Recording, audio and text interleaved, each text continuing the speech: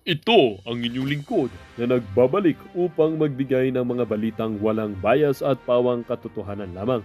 Ito ang Bayang Pinas. Ang isyung ito ay naging usap-usapan sa buong bansa at iba't ibang social media platforms. Kaplastikan ni Senator Amy nasa budhi na nga talaga at hindi na pwedeng itong alisin. Patuloy na ginagamit naman ni itong si Amy or Senator Amy ang kasikatan at itong tinatawag nating impluensya ng mga Duterte na si Vice President Sara Duterte para tumaas ang kanyang rating. Dito nga natin mapapatunayan mga kaibigan na itong kapartito talaga nitong si Presidente Kuting ay tunay ngang ungas at walang pakialam at sariling interes lamang ang kanilang iniisip at wala na silang pakialam kung ano man ang mangyayari sa ating bansa. Katulad na lamang mga kaibigan ang pagnakaw at pagbulsa at pagkupit sa mga pera na nanggaling sa ating kaban ng bayan kung saan mga kaibigan na dapat magagamit para sa pag-improva ng ating mga mamamayan at ng ating mga motorista.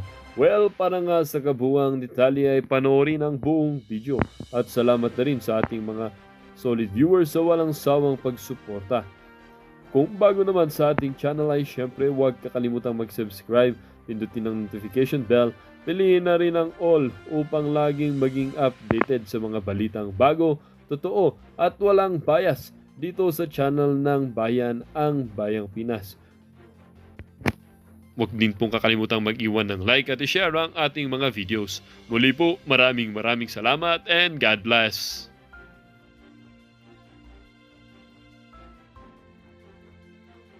Nga naman, 'di ba?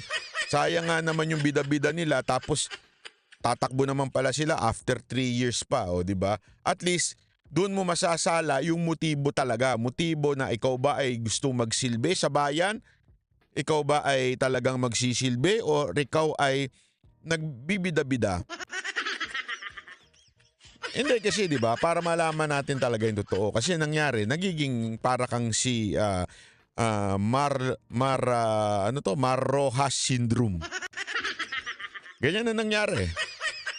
Oh, papanoorin natin to yung buong Senate slate nito ng ni Marcos. Ipinakilala na ang 12 pambato sa pagkasenador ng Administrasyong Marcos. Kasama riyan ang mga batikan na sa politika at meron ding galing sa magkalabang pamilya.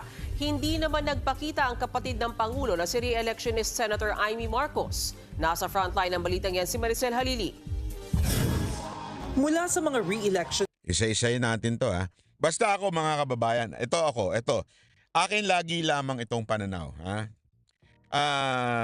Kasi meron ako mga nakikitang post Sabi nila, lahat daw ng Marcos slate, ilagay sa inodoro. Ako sige, okay yon. Pero sa akin po, ito para lang sa akin po. Hindi ako boboto na naayon sa partido. Bakit kanyo?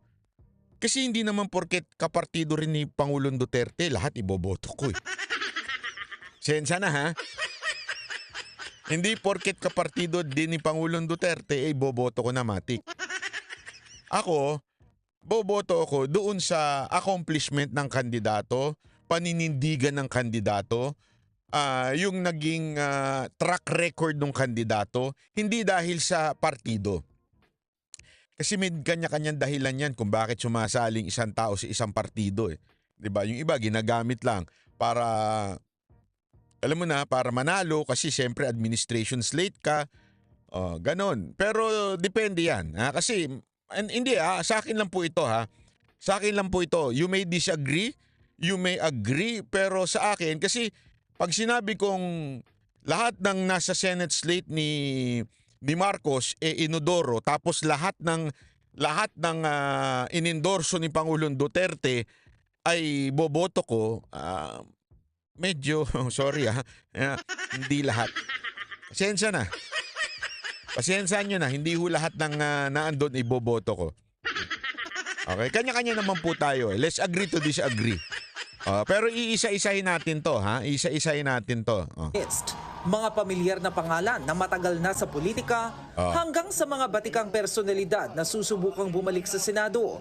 Sila ang 12 bumubuo sa senatorial lineup na inendorso ni Pangulong Bongbong Marcos para sa 2025 midterm elections. Kabilang sa kanila ang 2 nakalaban ni PBBM sa nakaraang presidential elections. Sina dating Senador Manny Pacquiao at Ping Lacson. Yan. Ito. Ako again, hindi ko po muna ihuhusgahan pero sasabihin ko na sa inyo yung nararamdaman ko. Medyo pasensya na po, Senator Lacson, kasi may nakita akong post na pinuna mo yung si Marcos noon.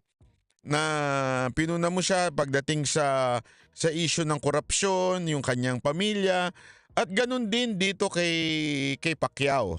Okay? Pinuna mo rin ni Pacquiao itong sabi niya parang hahabulin ko ang pag ako nanalong presidente, hahabulin ko ang korupsyon tungkol dito kay Marcos. Kasi ngayon kasama mo si Marcos. So, doon parang nagdoble kara ka doon, Senator Pacquiao. Para sa akin nagdoble kara ka doon. Although ako personally gusto ko si Pacquiao as a senator, not as a president, but as a senator pwede. Bakit?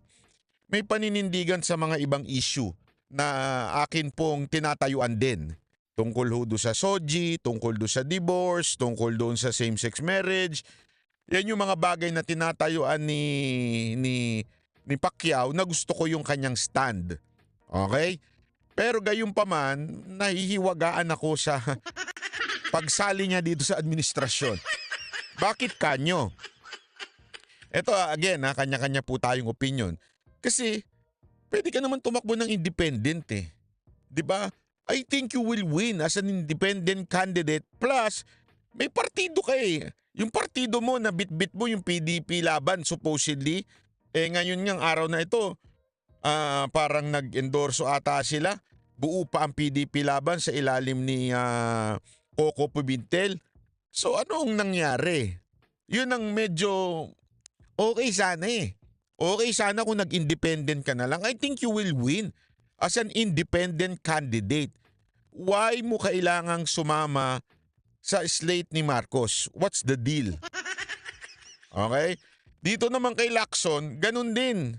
Si Lacson kasi ang tipo ng walang stand.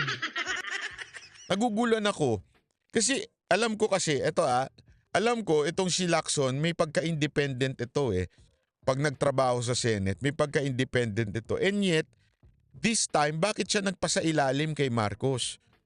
Ano na yung mga sinabi niya before about the corruption issue? If you're a fighter of corruption issue, you will not join the Marcos administration. Why? I did not say na corrupt si BBM hindi yun ang sinasabi ko. But again, the family itself, meron na pong decision ng court about sa ill-gotten wealth. 'Di ba? Ibig sabihin, meron na silang record pagdating sa corruption. Why are you going to join them in the first place? For the sake of makinarya dahil sa midterm election? Senator Lacson, I think, Senator Lacson, you could also run for independent. Sa akin po bakit mo kailangan? Nasira tuloy yung imahe na supposedly. Plus, yung kasama niya na si Soto. Ako, okay ako kay Soto. I understand kasi hindi naman masyadong nagsalita si Soto noong corruption issue. Pero gusto ko si Soto dahil sa mga tinatayuan niya sa mga issue sa lipunan. Lalo na dyan sa SOGI, same-sex marriage. Sa mga ganyang issue, kaya ako gustong si Soto bilang senador. Yun ang akin Akin po yun. Again. Kanya-kanya po tayong opinion. Tuloy natin. Pati ang running mate noon ni Lacson na si dating Senate President Tito Soto. Pambato rin ng administrasyon ng mga kongresistang sina Las Piñas. Pero sandali linawin ko hindi pa po ako, para sa akin po hindi pa po ako final with kung sino iboboto, hindi ko iboboto. Depende yan sa magiging sagot nila sa mga debate Depende yan sa magiging stand nila sa debate. So now, eto, binibigay ko lang yung first impression ko. But it doesn't mean my first impression would be final. Whether I'm going to vote or I'm not going to vote for that particular person. Okay. Tuloy. Representative Camille Villar at ACT CIS Party Si Camille Villar. Ay, sorry, hindi palakpak yun.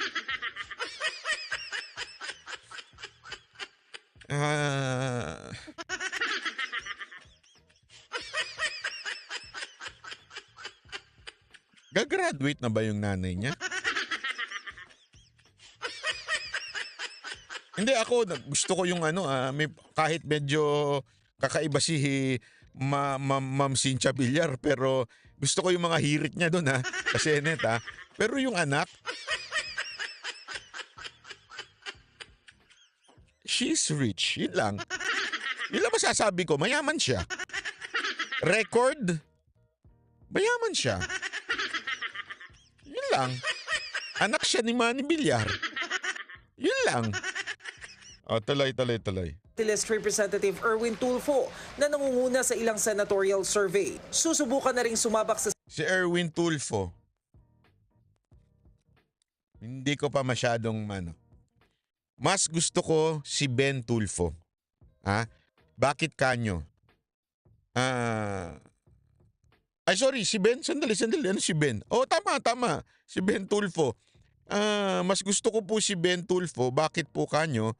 Kasi po, ngayon, nag-declare siyang tatakbo siya, pero independent. Inalok daw siya. Narinig ko sa isang news, parang inalok siya sa administration ni Marcos bilang Marcos Senate slate, nung una umoo daw. Tapos eventually, napag-isip-isip niya na hindi. Wag na, independent. Because of that, saludo ako sa iyo, Sir Ben. Ay, mali. Yan. mali na pipindot ko. Pasensya na, madilim Saludo ako sa iyo, Sir Ben Tulfo. Yan. Aside from, maaasahan ko ito in terms of yung mga issue na sensitive. Kasi ano po ito kahit to ganyan yan, matapang, medyo magaspa nga, ika nga. Pero taga-CCF po ito Sa akin po, at least, alam mo yon, kasi napaka-importante sa akin nung nung may fear sa Diyos. Pag wala nun, hirap Lalo na ang hirap tumayo sa mga issue tulad ng same-sex marriage, divorce, issue ng SOGI bill, mahirap yan. LGBTQRXYT, ganyan. Napakahirap niyan tumayo at kailangan natin ng mga senators na may takot sa Panginoon. Kasi sabi nga nila, di ba, righteousness exalts a nation.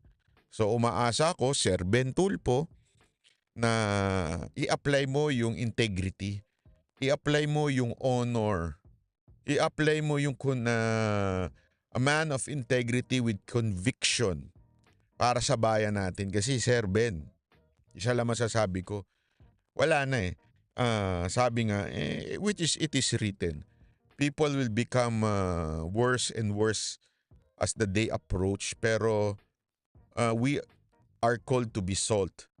Bakit kanyo? Ibig sabihin nun to preserve na mabulok para hindi mabulok ng tuluyan ng society. That's why we need people like Ben Tulfo sa Senate. Ako sa akin po, plus pa sa akin na umalis siya sa Senate slate ni Marcos. Yun pa lang makikita mo na yung pagtindig sa prinsipyo. Wala ho siyang makinarya. Remember, si Ben Tulfo walang makinarya dahil independent Mahirap po independent Saan ka sasampang stage?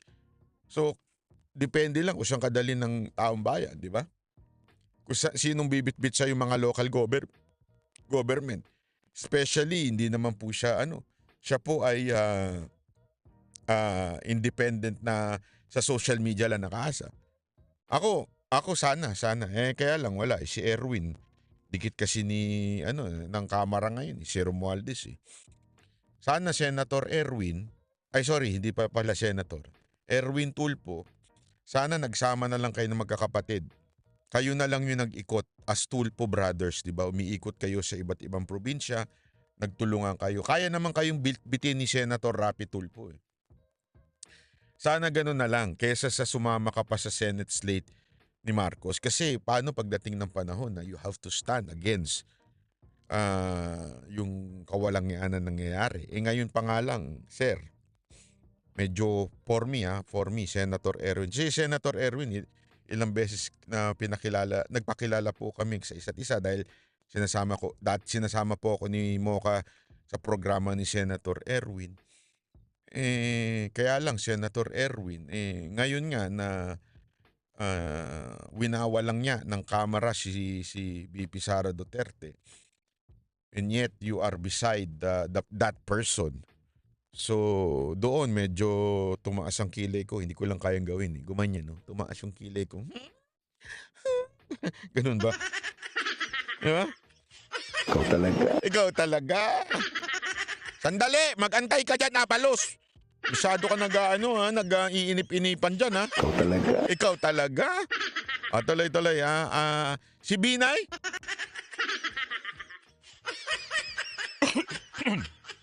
Sorry, pero si Binay, hindi nga niya maayos yung Makati. Hindi, walang biro ho. Yung mga traffic enforcer dyan, number 1 yan sa nangungutang eh.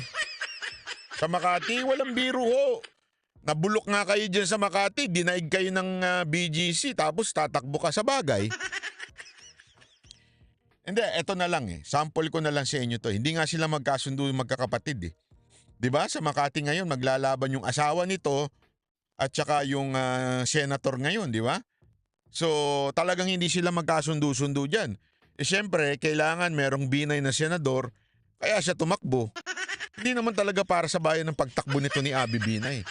Halatang-halata eh. Gusto lang nito ng power para talaga nga namang, alam mo yun, wala lang. Kasi Binay ako eh. Ano pang gagawin kong trabaho kung hindi tumakbong pa senador? Di ba? Oh. Senado ni Makati City Mayor Abby Binay at DILG Secretary Benher Abad. Ako, ito na. Ang bida-bida. Ito na ang bida-bida.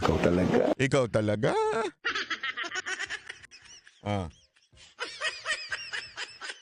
Di ba? Etong, ewan ko, pag kayo mga kababayan, iboboto nyo ito. Naku po, maawa kayo sa bayan natin. Dadaanin lang tayo nito sa puro drama. Hindi, kaya nga ho ito. Tingnan nyo yung pag-handle niya ng mga issue. Puro drama. From Tebes to Bantag to Pastor Kibuloy to Alice Guo. Puro pa showbiz. Ito ang epitome of Jollibee. Epitome po ito ng yung tinatawag na politics na panglabas lang. Alam mo yon? Yung panglabas lang, ibig sabihin, yung magandang itsura sa labas ng isang sekretary. Gagawin ko. Magtatapang-tapangan yan, magdadrama-drama ng salita niya, tapos may magic iyak-iyak pa, alam mo yun? Tapos biglang, hindi kasi kita nyo ang bilis ng transformation niya. Galit na galit siya kay Alice Guo. Mananagot ka sa batas. Mananagot ka sa hustisya ng Pilipinas. Nung nakita, Ikaw talaga? Di ba? Ika nga, walang lalim. Ito ang tinatawag na politikong walang kalalim-lalim sa buhay. Wala. Ang meron lang ito, yung optics, yung magandang itsura, yung magandang, yung imahe. Wala akong pakialam whether may magawa akong tama o hindi tama. Basta importante sa akin, pogi ako sa TV. Pogi ako sa camera. Ganyan si Abalos. Yan totoo, walang biro. Kaya kung kayo, boboto nyo to. Maawa kayo sa bayan natin. Etong sinasabi kong Mar Rojas II ito, si Abalos. Kaya nga tinan mo, pareho pa sila ng DILG din. Marohas to eh. Marohas ang galawan nito. Sa Mandaluyong nga, wala nga to eh. Oh. Di naman gumanda ang Mandaluyong sa pamilya nito eh. Di ba? Oh. Kasama rin sa senatorial lineup ang mga re-electionist na sina Senador Pia Cayetano. Eto, hindi ko rin maintindihan kung bakit napunta dito.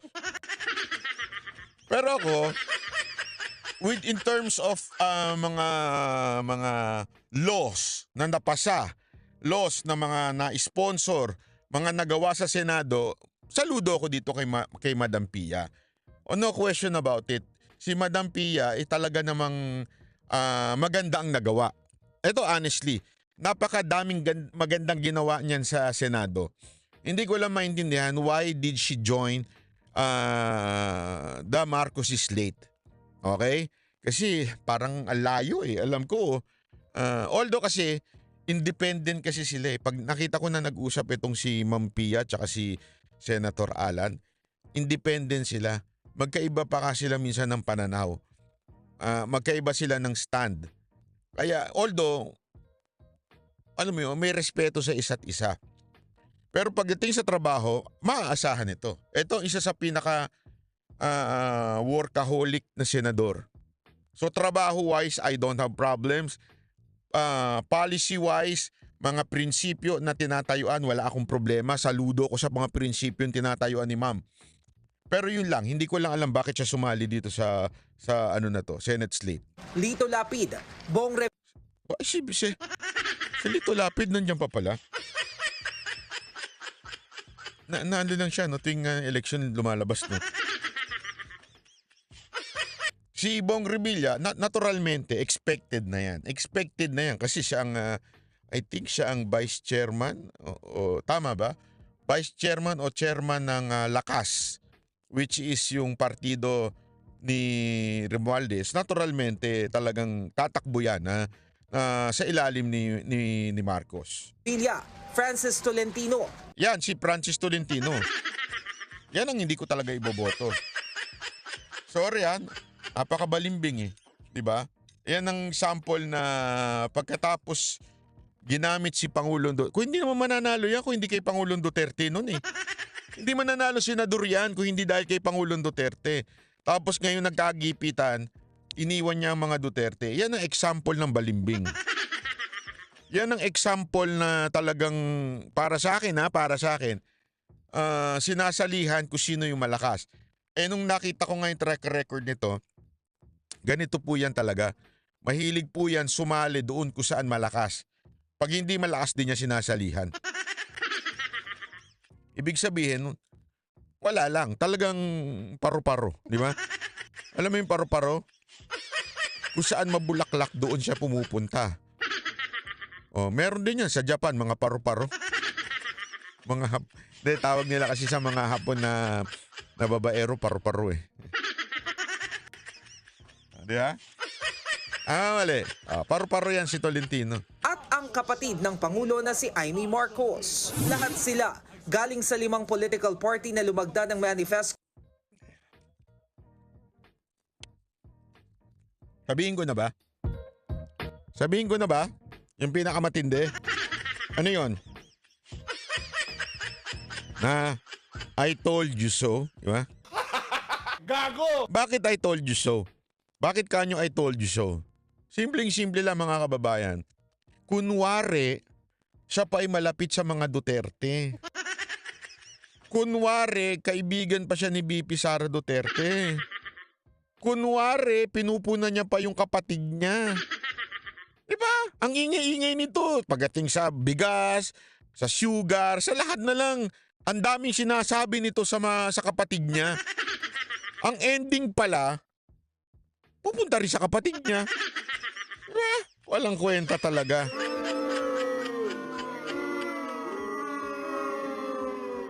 May tawag dito. Excuse me po. Pahinga akong tubig. May tawag po dito. Alam niyo kung anong tawag dito? Namamangka sa dalawang ilog. Ito yung tipo ng lalaking ayaw iwanan yung asawa, pero ayaw din iwanan yung kabit.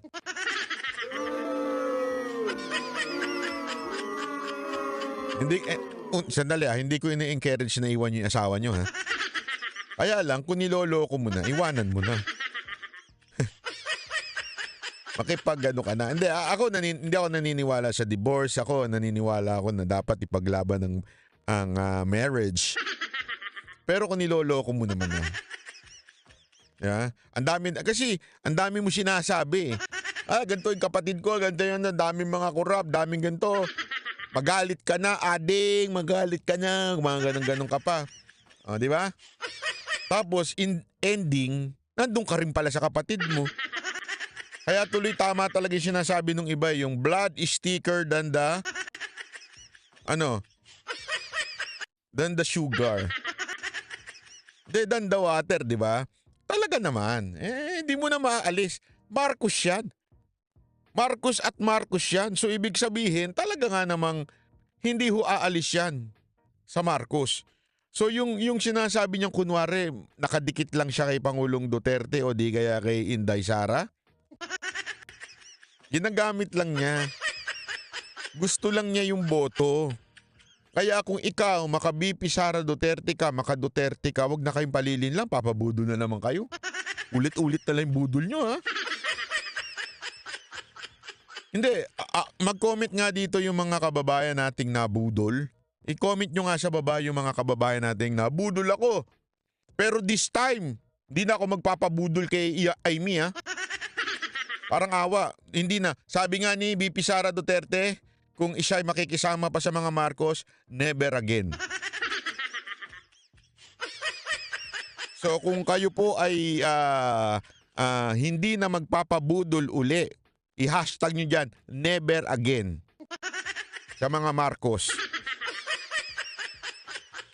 Hindi kasi ako, magpakatotoo na tayo, anak ng tutsa naman, no?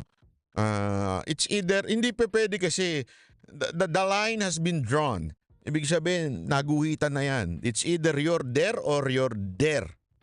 Mali. It's either you're there or you're here. Ganun lang yun, di ba?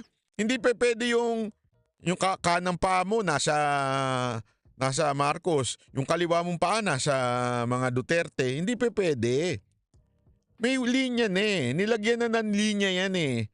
It's either you are for BP Sara Duterte or you're for the Marcos. Namili ka na.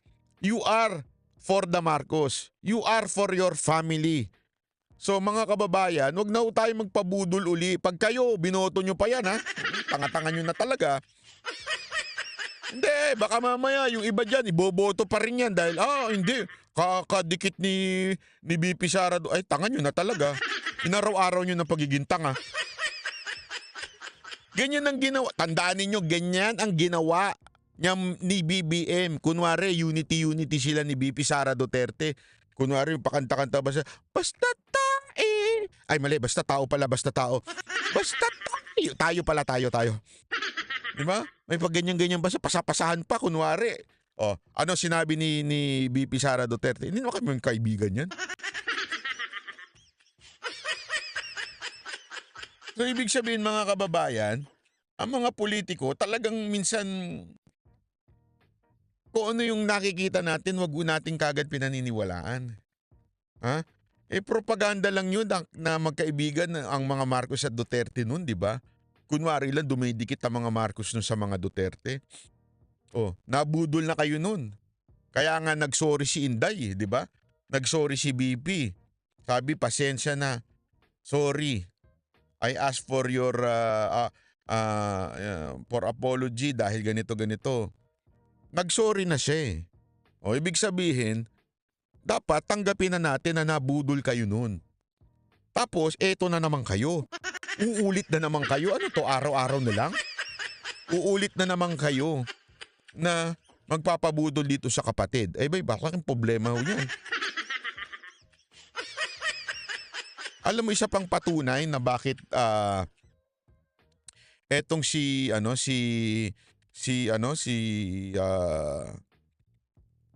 Amy Marcos namamangka sa dalawang ilog. Alam nyo kung ano pang patunay dyan? Hindi nga siya pumunta dito eh. Mantakin mo, kapatid ka. Senate slate lahat nandoon. Hindi ka pumunta. Palalabasin mo kasing, pinilit lang ako, ganun. Style nito ni Senator Amy, oh. Pinilit lang ako na mapasama dyan. Pero hindi naman talaga. Oh, namamangka eh. Gusto lang niya kasi yung makinarya ng Marcos, makinarya ng administrasyon, pero hindi siya agree sa mga ginagawa.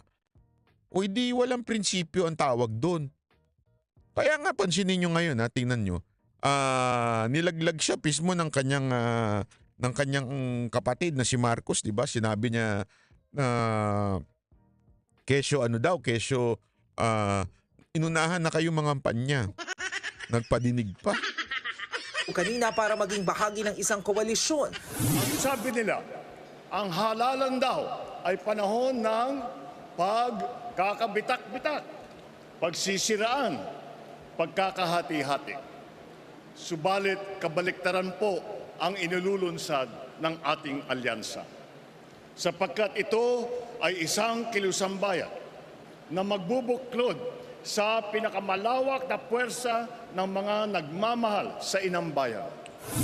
Kapansin Pagkakaisa na naman yan. Hindi lang niya ginamit yung salitang pagkakaisa pero yun ang punto niya eh. Ang punto niya, pag election daw, usually nag-aaway-aaway ang mga politiko. Pero sa kanila, pagbubuklod daw. O di pagkakaisa din yun. Ayaw mo nang gamitin eh. Alam mo kasing ginamit na nabudol na yung mga Pilipino doon sa salita mong pagkakaisa. Kaya ang ginamit mo ngayon, pagbubuklod-buklod. Ewan ko mga kababayan, kung kayo sumasakay pa rin sa ganito, ewan ko sa inyo. Wala na talagang pag-asa bayan natin kung hanggang ngayon pinaniniwalaan nyo pa rin to. Pansin si Senador Amy lang ang wala sa entablado. Oh. Biro ng Pangulo. Kasama din po natin si Senator Amy Marcos na naunahan na ang mga ibang senador at busy na nagkakampanya at hindi makarating ngayong araw na ito. Kita mo? Ewan ko talaga sa inyo. Ewan ko sa inyo mga kababayan pero magising-gising na kayo. Mantakin mo, wala siya dyan. Anong pinapalabas niya? Ibang level ka talaga, Senator Amy. Ibang level ka. Maniwala ka sa akin, ibang level yung kaplastikan mo. Ibang level yung pagiging politiko mo. Halatang halata eh. Ginagawa niya ito para, alam mo, kaya hindi siya makabitaw-bitaw dyan kasi pag nanalo siya na senator, parang ang pinapahiwatig pa rin ito, gusto pa rin ng taong bayan ng mga Marcos. Pag nanalo siya, gusto pa rin ng taong bayan ng mga Marcos. Kung kayo mga kababayan ko na nakikinig dito, naiinis kayo dahil sa patuloy na pagtaas ng presyo ng bilihin, naiinis kayo kasi bumalik na ang droga sa mga kapitbahay ninyo, naiinis kayo dahil pabagsak na ng pabagsak ang nangyayari sa inyong mga lungsod. Bakit? Dahil nga doon sa korupsyon sa flood control project na yan. Pag kayo, naiinis na kayo dahil nauubos na ang pera ninyo dahil sa maling pamamalakad sa gobyerno, pagkakataon nyo na to. Ilabas ninyo ang saloobin nyo at huwag na kayong bumoto ng Marcos pa. Pag bumoto pa kayo ng Marcos, tanga na kayo talaga. Kasi kita nyo na hirap na kayo, di ba? Hirap na tayong bumili. Ang mahal-mahal, reklamo kayo ng reklamo. Ang mahal ng bilihin, hindi sapat ang sahod.